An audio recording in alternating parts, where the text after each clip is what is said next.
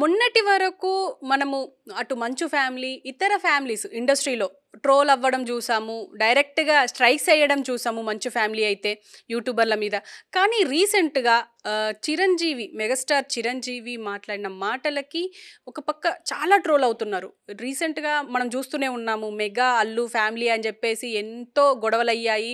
దీనిపైన ఫ్యాన్స్ కొట్టుకునేదాకా తీసుకొచ్చారు. కానీ ఇప్పుడు చిరంజీవి మాట్లాడిన మాటల్లో ముఖ్యంగా మొన్న స్టేజ్ పైన బ్రహ్మానందం మూవీ ప్రీ రిలీజ్ ఈవెంట్లో చూసుకోవచ్చు.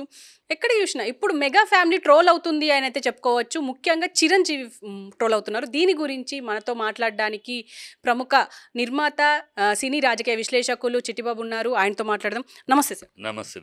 సార్, ఇప్పుడు మీరు చెప్పండి, ఈ మెగాస్టార్ చిరంజీవి అసలు అంటే ఆచితూచి అడిగేస్తారు, మాట్లాడతారు అని అనుకున్నాం. కానీ మొన్న బ్రహ్మానందం ప్రీ రిలీజ్ ఈవెంట్లో ఆయన మాటల్లో కొంచెం తడబాటు ఉంది. అసలు ఏమయ్యిందంటారు? పైగా ఈ మధ్య ట్రోల్ ఎక్కువ అవుతున్నారు. అదే ఆయన గతంలో అందరికీ ఓపెన్ సీక్రెట్. గతంలో ఆయన ఏం మాట్లాడాలన్నా, బయటకు వచ్చి ఏం మాట్లాడినా వెనకాల ఒక అరవింద్ అనే వ్యక్తి గైడెన్స్ ఉండేది. ఇది మాట్లాడండి, ఇది మాట్లాడండి, ఇది వద్దు ఆయన ఒక ఆ కట్టులో మాట్లాడేవాడు ఆయన. సో ఎప్పుడు అందుకని గతంలో అరవింద్ చిరంజీవి గారితో గట్టిగా పెనవేసుకున్నంతకాలం ఇలాంటిది ఎక్కడా చిరంజీవి మీద ఎక్కడా ఒక ట్రోల్ అవ్వలేదు గతం చూసుకోండి. ఇప్పుడు అవుతుందంటే ఇప్పుడు ఆయన వీళ్ళిద్దరు పెనవేసుకుంటూ పిల్లలు పెద్దవాళ్ళు అయ్యారు, ఆయన పిల్లలు పెద్దవాళ్ళు అయ్యారు. సో ఎవరి పనులు వాళ్ళకి ఏదో అవసరమైనప్పుడు తప్పితే ప్రతి విషయానికి గతంలో ప్రతి విషయము, ప్రతి అడుగు, ప్రతి moment of Chiranjeevi is designed by Allu Aravind. So అందువల్ల అంత పక్కగా ఉండేది. ఇప్పుడు ఆయన వచ్చేసి ఈయన ఏదో ఈయనతో వచ్చింది ఈయన మాట్లాడేస్తాడు. ఆయన నిన్న మాట్లాడిన విషయాల్లో లైలాలో మాట్లాడాడు, ఇక్కడ మాట్లాడాడు మా బ్రహ్మానందం. 2 విషయాల్లో ఒకటి హర్షించదగిన విషయం. లైలాది కాదు, అది కుటుంబాన్ని గురించి మాట్లాడింది లైలాలో మాట్లాడింది హర్షించదగిన విషయం. ఏం మాట్లాడాడు? మీ తాతలు నేతులు తాగారు, మీ మూతులు వాసన చూడండి అని అబద్ధాలు చెప్పకుండా, మీ తాత మా తాత ఇలాంటి వాడురా, నా 3 4 అయ్యారు, ఎంతమంది ఉన్నారో కూడా తెలీదు, ఆయన ఆదర్శంగా తీసుకోవద్దు. చిన్నప్పుడు నన్ను అనేవారు మీ తాత ఆదర్శంగా వద్దురా అని అనేవారు, కనుక నువ్వు ఆదర్శంగా తీసుకోవద్దు, సినిమా ఫీల్డ్లో ఉన్నావు, నీకు అవసరాలు, నీకు ఇలాంటి అవకాశాలు ఎక్కువ ఉంటాయి, తప్పు పనులు చేయొద్దు, చాలా మంచి మాట ఒక తండ్రి ఒక బిడ్డకి ఇచ్చే సూచన, సలహా ఒప్పుకోవాలి. తర్వాత కూతురు విషయం అన్నాడు, కొడుకు. దాంట్లో ఈ సమాజంలో మన కుటుంబ వ్యవస్థలో ఎక్కడైనా సరే ఆడపిల్లలు ఎక్కువ ఉంటే కొడుకు కావాలని కోరుకుంటాం, మగపిల్లలు ఎక్కువ ఉంటే కూతురు కావాలని కోరుకుంటాం, సహజ సిద్ధమైన ఆలోచన. అలాగే తను ఇంట్లో వెళ్తే మొత్తం ఆడపిల్లలు, మనవరాళ్ళు అందరూ ఆడపిల్లలు లేడీస్ హాస్టల్ లాగా ఉంది, మగపిల్లలు ఈసారైనా మగపిల్లాన్ని కనరా అన్నాడు. దాంట్లో తప్పే ఉంది, మగపిల్లాడి కను ఒక రిక్వెస్ట్, మగపిల్లాడిని కను, మళ్ళీ ఆడపిల్లని కట్టాలని భయం ఉంది అంటే ఆడపిల్ల వద్దని కాదు, ఆల్రెడీ ఉన్నారు ఆడపిల్లలు ఉన్నారు, ఆడపిల్ల గొల తీరిపోయింది, ఆడపిల్లలు మనవరాళ్ళు గొల తీరిపోయింది, మనవడు అనే గొల తీరలేదు. ఏ తండ్రికైనా, ఏ తాతకైనా, ఏ అమ్మమ్మకైనా, ఏ నాయనమ్మకైనా, ఏ తండ్రికైనా ఆ మగపిల్లలు లేని చోట మన ఇళ్లల్లో, మన కుటుంబాల్లో, మన కుటుంబ వ్యవస్థలో ఆడపిల్లలు ఎక్కువ ఉంటే మగపిల్ల కావాలని, మగపిల్లడు ఎక్కువ ఉంటే ఆడపిల్ల సహజ సిద్ధమైన కోరిక. అదే కోరికాడు. దాంట్లో ఒక మాట అన్నాడు, మన లెగసీ కంటిన్యూ చేయాలి. దాంట్లో తప్పే ఉంది. ఆడపిల్ల లెగసీ కంటిన్యూ చేయకూడదా అని అడుగుతారు. ఆడపిల్ల లెగసీ కంటిన్యూ, ప్రొఫెషనల్ లెగసీ కాదు, ఫ్యామిలీ లెగసీ. ఫ్యామిలీ లెగసీ అంటే ఇంటి పేరు ఎవరిది కంటిన్యూ చేస్తాడు? మగపిల్లలే కదా. ఆడపిల్ల పెళ్ళి అయినాక అత్తారింటి పేరుని లాక్కుంటుంది, అత్త పేరు తీసుకుని ఇల్లాలు అన్నారు, ఇల్లును ఆలించేది పాలించేది. అత్తారింటికి వెళ్ళినాక ఆ ఇల్లును ఆలిస్తుంది పాలిస్తుంది, ఆ ఇంటి పేరు తన సొంతం చేసుకుంటుంది, అదే ఆడపిల్ల. మగపిల్లాడు తండ్రి ఇంటి పేరుని కంటిన్యూ చేస్తాడు, అందుకని లెగసీ అంటారు.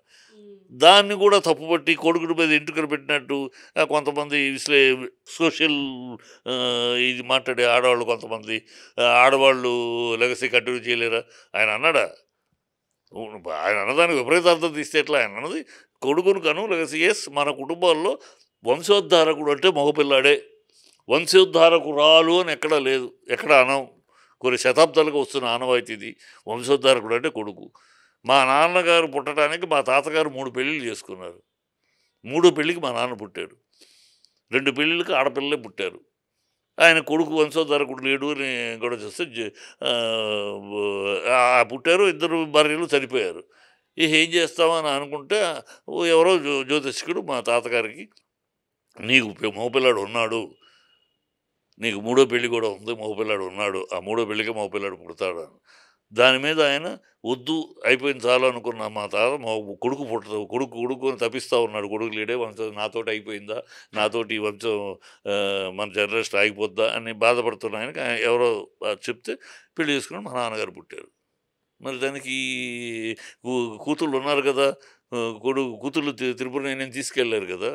మునసబ్ సత్యనారాయణ గారి కొడుకు త్రిపురనేని మహారథి అయితేనే త్రిపురనేని వచ్చింది.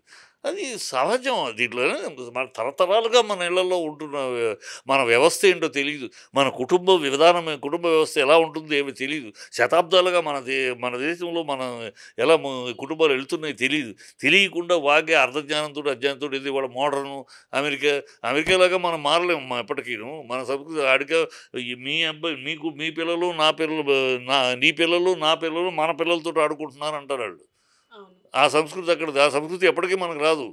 అది తప్పేంటి అనొచ్చు, వితరణంగా మాట్లాడతారు. 100 మంది ఒక దారిలో వెళ్తుంటే ఉలిపిగట్టిది ఒక దారి అని కొంతమంది పేరు పెట్టుకోవాలా, పేరు పెట్టుకోపోతే ఏంటంట అని అడిగేవాళ్ళు ఉంటారు. వితండవాదం చేసేవాళ్ళు ఉంటారు. వాళ్ళు ఎప్పుడూ అన్ని రంగాల్లో అన్ని చోట్ల ఉంటారు. వాళ్ళు ప్రాతిపదిక కాదు, వాళ్ళు ప్రామాణికం కాదు. వాళ్ళు వాగుడు ఎప్పుడు ఉండేవాళ్ళే. వాళ్ళు అలాంటి వాళ్ళు పట్టించుకోకూడదు. ఇన్ జనరల్ మన సమాజం ఎట్లా వెళ్తుంది ఇన్ జనరల్ శతాబ్దాలుగా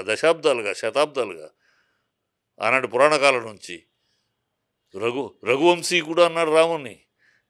రఘువంశీకుడు ఎందుకని రాముణ్ణి అన్నాడు. మరి సీతని అనలేదుగా. రఘువంశీ అనేది మొగాడికి. ఆ వంశంని ముందుకు తీసుకెళ్ళాలి, కంటిన్యూ అవ్వాలి. చిరంజీవి కొడుకు కొణిదెల రామచరణ్ కొడుకు లేడు కనుక కొడుకు కావాలని అడిగాడు. దీన్ని తప్పటం. సో అక్కడ నిజాయితీ ఒప్పుకోవాలి. చిరంజీవి నిజాయితీ ఒప్పుకోవాలి. మీ తాతలు నేతులు తాగారని అబద్ధాలు బోగస్ మాటలు చెప్పకుండా నీ తాతలు బూతులు చేశారా, ఆ బూతులు నువ్వు నేర్చుకోవద్దని క్లియర్గా చెప్పాడు. అది అక్కడ హ్యాట్స్ ఆఫ్ నిజాయితీ.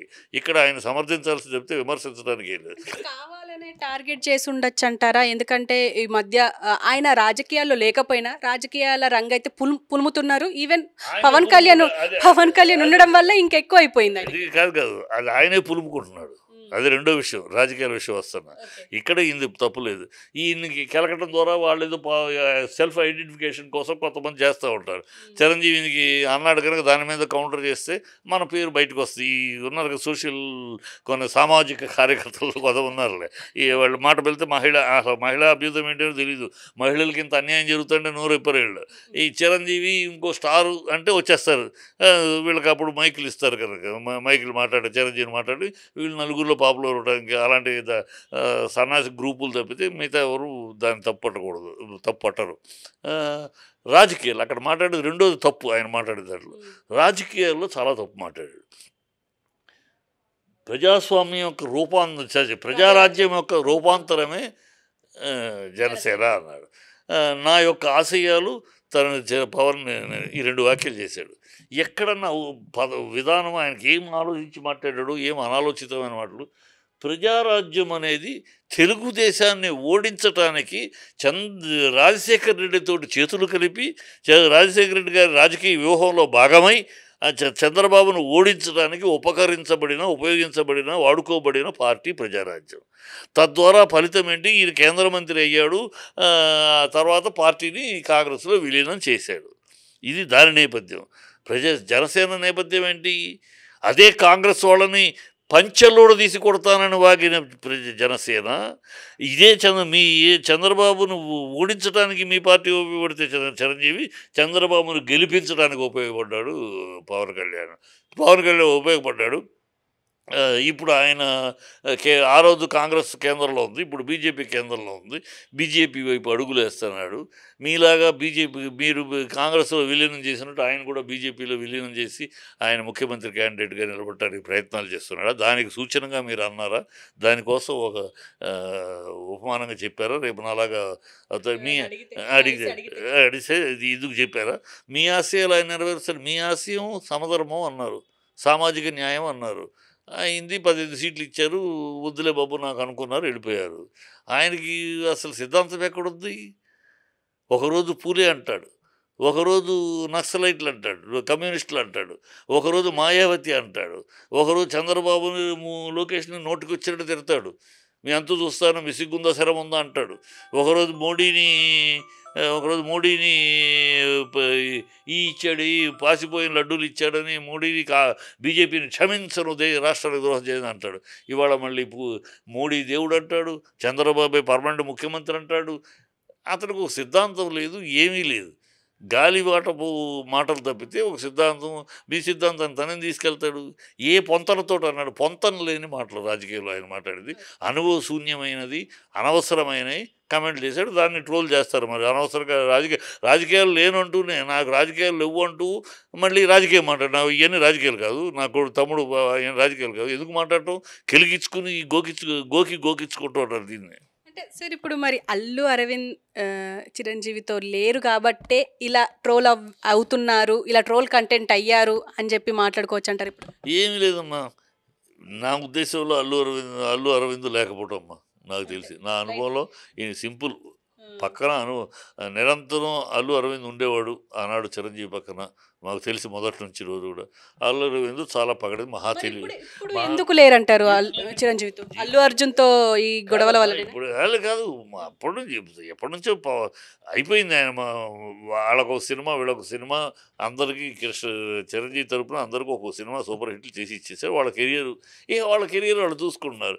అరవింద్ చిరంజీవి బంధం వేరు. బాబా మరుదులు ఆయన ఆరంభ దిశ, చిరంజీవి గారు ఆరంభ దిశ. ఈయన అప్పటికే ప్రొడ్యూసర్ కనుక ఈయన ఇండస్ట్రీలో అనుభవం ఉంది.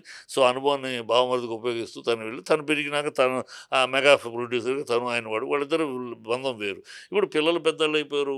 వాళ్ళు ఎవరు ఇండివిజువల్ థింకింగ్ వాళ్ళకు ఉంటుంది. ఇప్పుడు ఇంకా అరవింద్ గారి సలహా విని నడవాలనే కోరిక పిల్లలకు ఉండదు, నార్మల్ అది. సో వాళ్ళ ఆలోచనలు వాళ్ళు ఉన్నాయి. సో తన దగ్గరికి వచ్చి అడిగినప్పుడు తప్పితే తనంతట తను బాధ్యత తీసుకోవాల్సిన పరిస్థితి లేదు. గతంలో అయితే అడిగిన అడగపోయిన తనదే బాధ్యత. చిరంజీవి గారు కూడా ఏదైనా ఉంటే అరవింద్తో మాట్లాడమనేవారు. ఇప్పుడు ఆ పరిస్థితి లేదు కదా. కనుక మామూలుగా ఆయన పని, ఎవరి పని వాళ్ళు అవసరం ఉన్నప్పుడు చిరంజీవి గారు ఏదైనా అడిగితేను. ఇప్పుడు ఆ రెగ్యులర్ ప్రతిదానికి డిజైనింగు, ఏ ఫంక్షన్కి వెళ్ళాలి, వెళ్తే ఏం మాట్లాడాలి, ఈ డిజైనింగ్ అంతా ఉండలేదు ఇప్పుడు. అప్పుడు అరవింద్ డిజైనింగ్ ఉండేది, అందుకని చాలా పగడ్బందీగా ఉండేది. ఆయన చిరంజీవి గారు మాట్లాడారంటే ఎక్కడ కాంట్రవర్సీ లేకుండా చక్కగా చాలా ప్లెజెంట్గా మాట్లాడేసి, ఎంత మంచిగా మాట్లాడాడు, ఎంత పద్ధతిగా అనుకునేవారు. అది వెనకాల బ్రెయిన్ అరవింద్ది. ఇప్పుడు అరవింద్ లేకపోయినప్పుడు